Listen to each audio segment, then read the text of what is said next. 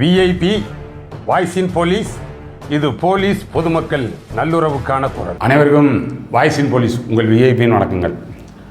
அப்புறம் நீங்கள் அவளோடு எதிர்பார்த்துக்கிட்டு இருந்த வழக்கு வந்துருச்சு போலப்பா. அந்த 21/6/2024 சென்னை உயர்நீதிமன்றத்தில் ரொம்ப ஆர்வமாக எனக்கு போட்டு விட்டுருந்தீங்க, என்னென்னு தகவல் சொல்லுங்கள் அப்படின்னு சொல்லி. நிறைய பேர் எனக்கு போட்டு விட்டவங்க பூராமே அந்த வீடியோ கிளிப்பிங்ஸு 4 நிமிடம் சம்திங் ஓடிச்சு. யார் அந்த வீடியோ கான்ஃபரன்ஸ் அட்டன் பண்ண அந்த அட்வொகேட்டே உங்களுக்கு போட்டு விட்டுருந்தாரா என்னன்னு சொல்லி தெரியலை. சரி, வாட் எவர் மேபி, அது என்னவாக இருந்தாலும் நீங்கள் தெரிஞ்சுக்குங்க. அந்த ஆஸ்பிரன்ஸு நீங்கள் பாவம் வேலைக்கு சேரணும் அது இதுன்ற இருக்கக்கூடிய ஆர்வத்தில் மிக மிக தவறான செயலில் ஈடுபட்டுக்கிட்டு இருக்கீங்க. அந்த ஹைகோர்ட்டில் நடக்கக்கூடிய இந்த வீடியோ கான்ஃபரன்ஸு ஒரு சின்ன ஸ்க்ரீன்ஷாட் கூட வெளியே வரக்கூடாது. ஹைகோர்ட் போயிருந்தீங்கன்னா தெரியும், ஏதாச்சும் கோர்ட்டுக்கு டைரெக்டாக போயிருக்கீங்களா? அந்த வழக்கு தொடர்பாக போயிருந்தீங்கன்னா நீங்கள் என்ன வழக்குக்கு போகிறீங்க அப்படின்னு சொல்லி தனியாக போய் ஒரு இடத்துல வந்து அந்த கேட் பாஸ் போட்டு கொடுப்பாங்க, அது வாங்கணும். சும்மாலாம் வேடிக்கை பார்க்குறதுக்கெலாம் போக முடியாது. ஹைகோர்ட் வந்து எப்படி நடக்குது அப்படின்னு சொல்லி சும்மா வேடிக்கை பார்க்குறதுக்கு அந்த பின்னாடி 4 பெஞ்ச் மாதிரி போட்டு சினிமாவில் காமிப்பாங்க. இல்லை, அவர் வந்து ஏதோ ஒன்று அவர் அட்வொகேட் ஏதோ பேசுவார், கூட்டம் போகிறான் கேட்கன்னு சிரிக்கும், அவர் எடுத்துக்கிட்டு ஒரு கொட்டாப்புளி எடுத்துக்கிட்டு தட்டுவார்ல, அந்த கதையெல்லாம் நடக்காது. நீ ஹைகோர்ட்டுக்குள்ளே போகணும்னா ஒன்று நீ வழக்கினுடைய வாதி இந்த மாதிரியானதாக இருக்கணும், இல்லைன்னா அட்வொகேட்டாக இருக்கணும். அட்வொகேட்டே வந்து அவருடைய ஐடி காமிச்சிட்டு தான் போகணும். ஃபுல் ஃப்ரிஸ்கிங் நடக்கும் கம்ப்ளீட்டாக. எது அந்த மெட்டல் டிடெக்டரில் ஃபுல்லாக ஃப்ரிஸ்கிங் முடிச்சு தான் உள்ளே போகணும். இது இப்போ வரைக்கும் இருக்கக்கூடிய நடைமுறை. ஏன்னா அதுக்குள்ளே இருக்கக்கூடியது இந்த நம்மளுடைய அஃபீஷியல் சீக்ரெட் ஆக்டுக்குள்ளே வருது. த அஃபீஷியல் சீக்ரெட் ஆக்ட் 1923 அப்படின்றதுக்குள்ளே வரும். இதெல்லாம் நீங்கள் பாட்டுக்கு வந்து வீடியோ கிளிப்பிங்ஸை பரப்பி விடுறது. ஆனால் அந்த பாவம் தெரிஞ்சு செய்வீங்களா தெரியாமல் செய்வீங்களா? தெரியாமல் தான் செய்வீங்க, அப்புறம் என்ன தெரிஞ்ச அஃபென்ஸ் என்ன செய்வீங்களா? அதனால் முதல்ல உங்களுக்கு அதனை தெளிவுபடுத்த வேண்டிய கடமை எனக்கானது. நீ வேலைக்கு சேர்கிற ஆர்வத்தில் வா, இவ்வளோ பதட்டப்பட்டு அதை பூரா வந்து ஊருக்கெல்லாம் அனுப்பிவிட்டு அவர் அட்வொகேட்டே எப்படி கொடுத்தாருன்னு சொல்லி தெரியல உங்களுக்கு, அதை எப்படி லீக் பண்ணாங்கன்னு சொல்லி தெரியல. நிறைய இந்த அகாடமிக்காரங்க இதைத்தான் பண்ணிக்கிட்டு இருக்கீங்க. இப்போ கூட பார்த்தீங்கன்னா பேப்பரில் வந்துக்கிட்டே இருக்குது, இந்த நீட் வினாத்தாள் ரூபாய் 32 லட்சத்துக்கு விற்பனை, பீகார் மாணவர் வாக்குமூலம் அப்படின்றாரு. அப்புறம் இன்னொன்று யூஜிசி நெட்டு தேர்வு நடப்பதற்கு முன் வினாத்தாள் ரூபாய் 6 லட்சத்துக்கு விற்பனை அப்படின்னு. ஆனால் இதெல்லாம் இந்த அகாடமிக்காரங்க இருக்காங்கல்ல, அவங்களுடைய பங்களிப்பு தான் இதெல்லாம். அவர்கள் சம்மந்தப்படுற வேலை. அந்த மாணவர்களை வந்து தன்கிட்ட படிக்கக்கூடிய மாணவர்களை எப்படியாச்சும் வேலைக்கு தள்ளிடுவோம் அப்படின்னு. அதுக்காக எப்படியாச்சும் வேலைக்கு தள்ளிடுவோம்னா எகென்ஸ்ட் லா போவீங்களா? சட்டத்துக்கு புறம்பாக போனீங்கன்னா அந்த மாணவர்களும் சேர்ந்து ஜெயிலுக்கு போகிறாப்புல ஆயிரும். அதனால் இந்த தவறான வழிகாட்டுதல்களுக்குள்ளே போயிடாதீங்க. ஆனால் இது மாதிரியான விஷயங்கள் செய்கிறது பக்கா அஃபென்ஸு. அதனால் இதிலெல்லாம் வந்து இந்த மாணவர்கள் போய் மாட்டிக்கிடாதீங்க. என்னன்ற தகவலை சொல்கிறேன், அது என்ன நடந்துச்சு அப்படின்றத பார்க்குறதுக்கு முன்னாடி இது சொல்லி, ஏன்னா நீங்கள் இதுக்கு வரக்கூடியவர்கள் வந்து எனக்கு காவல்துறைக்கு வரக்கூடியவர்களுக்காகத்தான் நான் மெயின்.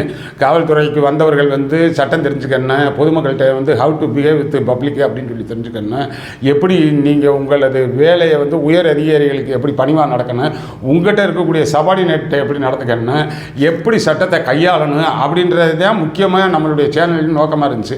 சரி, அது இந்த நாற்றாங்கால் மாதிரி TNUSRBயிலிருந்து தானே எடுக்கிறாங்க, அந்த ஆஸ்பிரன்ஸையே வந்து அந்த நாற்றாங்காலே சரி பண்ணுவான் அப்படின்றதுக்காக தான் உங்களுக்கு நான் இதுக்குள்ளேயும் வந்து சொல்ல வந்தது. மற்றபடி உள்ளே வந்ததுக்கு பிறகு தான் எனக்கான வேலை, அவர்களுக்கு போய் கிளாஸ் எடுப்பேன்.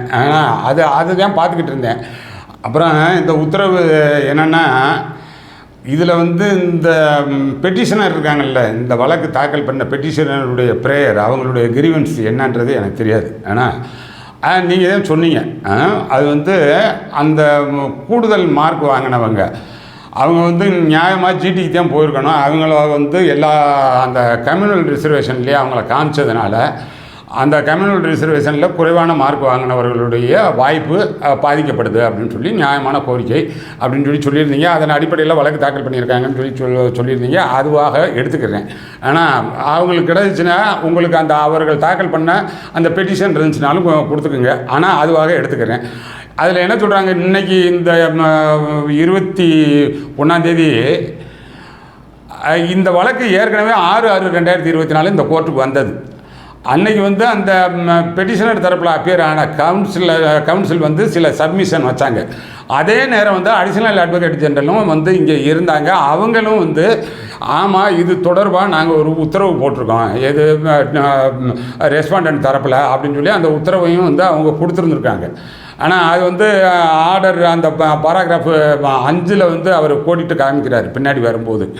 அதன் பேரில் அப்புறம் இந்த வழக்கு வந்து 21/6/2024 இன்றைக்கி வந்திருக்கு. இன்றைக்கி வரும்பொழுதும் ஒரு வந்து ஃபஸ்ட்டு ரெஸ்பாண்டன்ட் தரப்பில் ஒரு ஸ்டேட்டஸ் ரிப்போர்ட் ஒன்று ஃபைல் பண்ணியிருக்கீங்க. அந்த ஸ்டேட்டஸ் ரிப்போர்ட்டு ஃபஸ்ட்டு ரெஸ்பாண்டண்ட்டு ஒன்று மெம்பர் செக்ரட்டரியாக இருக்கலாம், இல்லைன்னா சேர்மன் TNUSRB இருக்கலாம். ஆனால் அதில் வந்து in which they have recognised their mistake அப்படின்றாரு. ஏன்னா அந்த ஸ்டேட்டஸ் ரிப்போர்ட்டில் எடுத்தோடனேயே வந்து TNUSRB அந்த தவறை உணர்ந்ததாகவும் நீதிமன்றத்தில் பதிவு செய்கிறாங்க. அதனால் அந்த ஸ்டேட்டஸ் ரிப்போர்ட்டை வந்து ஹானரபிள் கோர்ட்டு அக்செப்ட் பண்ணுது. அதன் பேரில் அதில் என்ன சொல்கிறாங்க, they have undertaking to read வந்து ஒரு ஷார்ட் லிஸ்ட்டு எடுக்கிறாங்க. ஷார்ட் லிஸ்ட்னால் 26/9/2023 அந்த ஸ்டேஜிலேருந்து இந்த இதை வந்து சரி பண்ணுறோம் அப்படின்றாங்க. அந்த ஷார்ட் லிஸ்டிங் ஸ்டேஜ் வந்து அந்த 26/9/2023 அப்படின்றாங்க.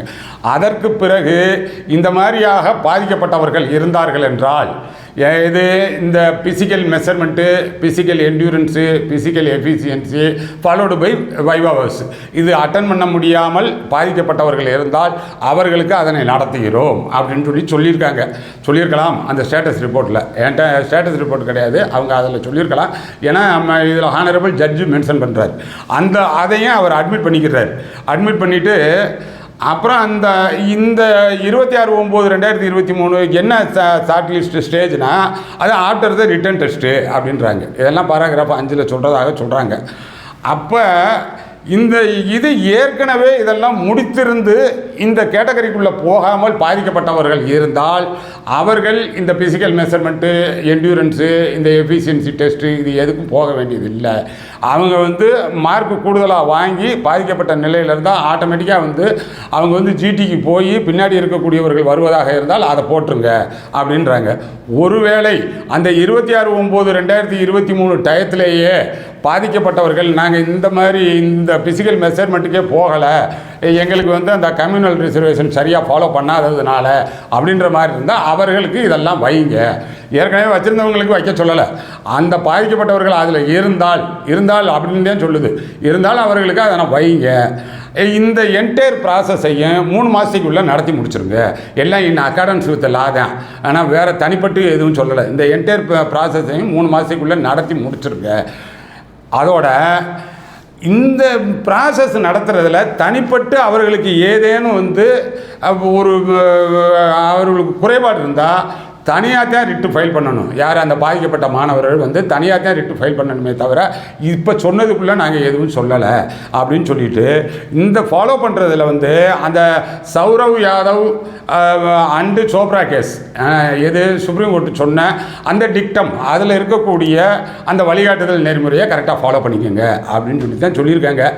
ஆனால் இவ்வளோ தான் இந்த பேசினதை ஷார்ட்டாக புரிஞ்சுக்கிறது. நீங்கள் அந்த முன்னாடி இல்லாமல் பின்னாடி இல்லாமல் வந்து கம்ப்ளீட்டாக கேன்சல் ஆகுது, ரத்தாயிருச்சு அப்படிலாம் எதுவும் சொல்லலை. இப்போ இந்த என்டையர் ப்ராசஸை 3 மாதத்துக்குள்ளே முடிங்கன்னா 3 மாதம் தான் ஆகும். ஆனால் இது வந்து 2ஆம் நிலை காவலர் சம்மந்தப்பட்டதெல்லாம் கிடையாது. 2ஆம் நிலை காவலருக்கு உங்களுக்கு ஆட்டோமேட்டிக்காக நான் சொல்கிற மாதிரி இந்த விக்ரவாண்டி எலெக்ஷன் முடிஞ்சோடனே அது ரிலீஸ் ஆகலாம். அதில் ஒருத்தர் ரொம்ப விவரமாக என்கிட்ட முந்தைய பதிவில் கேட்டார், விக்ரவாண்டி எலெக்ஷன் அந்த ஊருக்கு மட்டும்தானே, உங்களுக்கு என்ன தெரியுமா? ஆப்பா எனக்கு தெரியாது. விக்ரவாண்டி எலெக்ஷன் அந்த ஊருக்கு மட்டும்தான், மற்ற தமிழ்நாடு முழுக்க நீ இப்போ வந்து கன்னியாகுமரி மாவட்டத்தில் போய் ஒரு தனியாக ஒரு நலத்திட்ட உதவி கொடுக்குறீங்கன்னு வைங்க, கொடுக்கலாம். ஆனால் ஒரு என்டையர் தமிழ்நாடு முழுவதுக்கும் பொருந்தும்ல. விக்ரவாண்டி எலெக்ஷன் சம்மந்தப்பட்ட அந்த விழுப்புரம் மாவட்டத்துக்குள்ளே இருக்கக்கூடியவரும் வந்து 2ஆம் நிலை காவலராக தேர்வு செய்யப்படுவதற்கான வாய்ப்பு இருக்குல்ல, அவரும் வருவார்ல. அந்த அடிப்படையில் தான் அதை சொன்னது.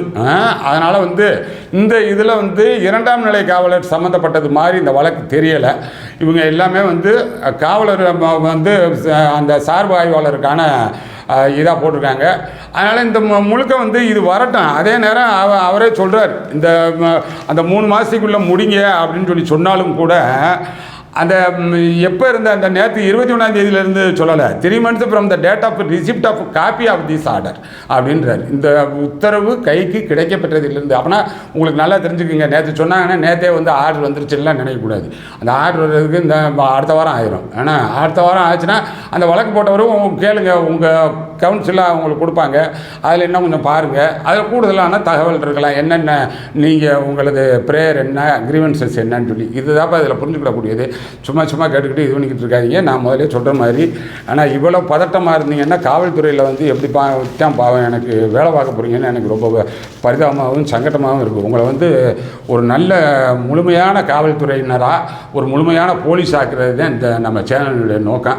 சரி, நீங்கள் கேட்டதுக்காக இதை சொல்லியிருக்கேன், வேறு ஒன்றும் இதில் நீங்கள் பயப்படுற செலக்டட் கேண்டிடேட்ஸ் இதில் பயப்படுறதுக்கு எதுவுமே கிடையாது. நீங்கள் பாட்டுக்கு இருங்க.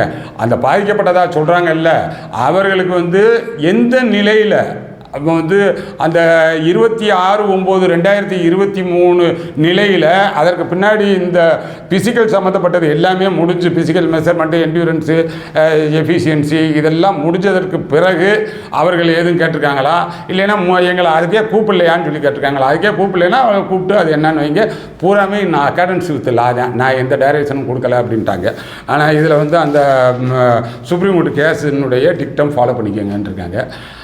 நம்ம சேனல் வந்து சப்ஸ்கிரைப் இல்லைன்னா சப்ஸ்கிரைப் பண்ணிக்கோங்க. இந்த தகவலை வந்து கொஞ்சம் நினைவு வச்சுக்கோங்க. அடுத்தடுத்த நல்ல பதிவுகளில் சந்திப்போம். வணக்கம்.